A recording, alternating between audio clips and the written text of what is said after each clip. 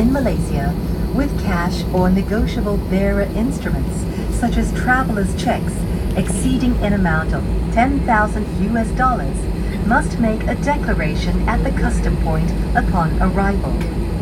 You are also required to complete the custom form number 22.